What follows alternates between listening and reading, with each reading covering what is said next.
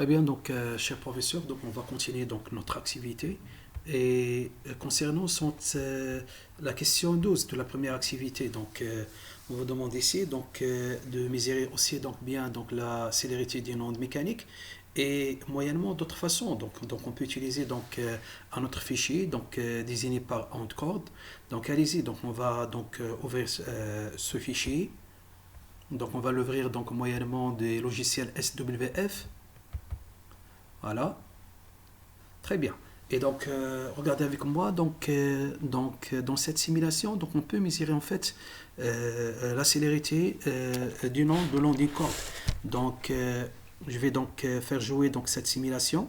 Donc, allez-y, donc je vais créer donc une perturbation, regardez avec moi, sur l'extrémité S. Et qu'est-ce que vous remarquez? Donc, cette perturbation, donc, elle diffuse le long de la corde. Donc, ce qui va donner donc, naissance à une onde mécanique le long de la corde. Donc, encore une fois, donc, je vais répéter, donc, je vais jouer cette simulation. Donc, on va faire très ralenti ici. Donc, regardez avec moi. Donc, chaque point de la corde, quand il va recevoir cette perturbation, donc il va faire, regardez avec moi, donc le point bleu, donc il va faire exactement le même mouvement que celui effectué par le point S. Donc, regardez avec moi une autre fois. Donc, ce point bleu, donc, il va faire son mouvement en haut. Pourquoi? Parce que donc, la source S, il a été fait, donc son mouvement à t égale à 0 vers le haut. Est-ce que c'est clair? Très bien. Donc, on peut aussi donc, voir donc, l'aspect de la corde à un moment donné. Donc, regardez avec moi. Je vais arrêter donc, la simulation. Très bien. Qu'est-ce que vous remarquez maintenant? Ce point, donc c'est versus ce point donc, auquel donc, la perturbation est arrivée. Et donc, effectivement, donc, il va faire donc, exactement le même mouvement que celui des points qui le précèdent. Ben, exactement, donc il va faire le même mouvement que celui effectué par donc, la source à l'instant t égale à 0. Et c'est un mouvement qui va être s'établir vers le haut. Est-ce que c'est clair? Très bien, donc on continue. Donc on continue la simulation. Maintenant, donc j'ai créé donc deux perturbations successives.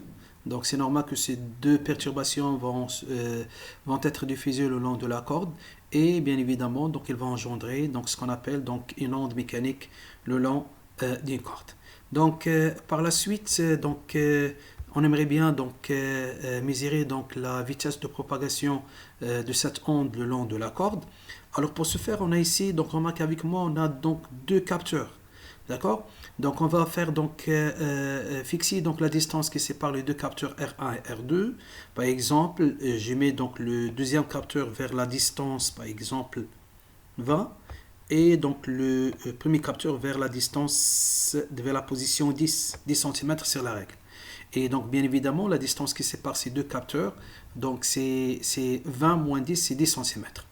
Donc ici j'ai le chronomètre, d'accord? Donc je peux mesurer donc l'instant de départ et l'instant donc de la fin. C'est-à-dire donc je peux mesurer donc l'instant où la perturbation va arriver donc au récepteur R1, capteur R1, et donc l'instant où la perturbation va arriver donc au capteur R2. Donc allez ici.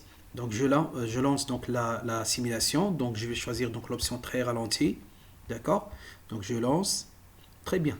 Donc ici, je mets Start. Donc le moment où la perturbation arrive ici, donc je mets Start. Très bien. Donc Start. Donc quand la perturbation arrive au deuxième capteur, je mets Stop. Très bien. Alors maintenant, donc à peu près, donc j'ai ici donc le chronomètre, donc il affiche 3, donc le retard c'est 3,39 secondes. Et bah ce temps c'est exactement le retard mis par l'onde entre ces deux capteurs. Donc en connaissant donc la distance D, c'est 20 moins 10, c'est 10 cm. En connaissant donc le retard taux, donc je peux mesurer donc la vitesse V. Est-ce que c'est clair? Donc vous allez donc, cher professeur, vous allez donc effectuer donc plusieurs mesures. Donc vous allez donc varier cette distance D et vous allez donc mesurer donc le retard taux correspondant. Et donc par la suite, vous allez donc calculer donc la vitesse. Et par la suite, quand vous aurez donc plusieurs mesures, donc vous allez faire donc la vitesse moyenne. Est-ce que c'est clair? Très bien. Donc je vais m'arrêter là.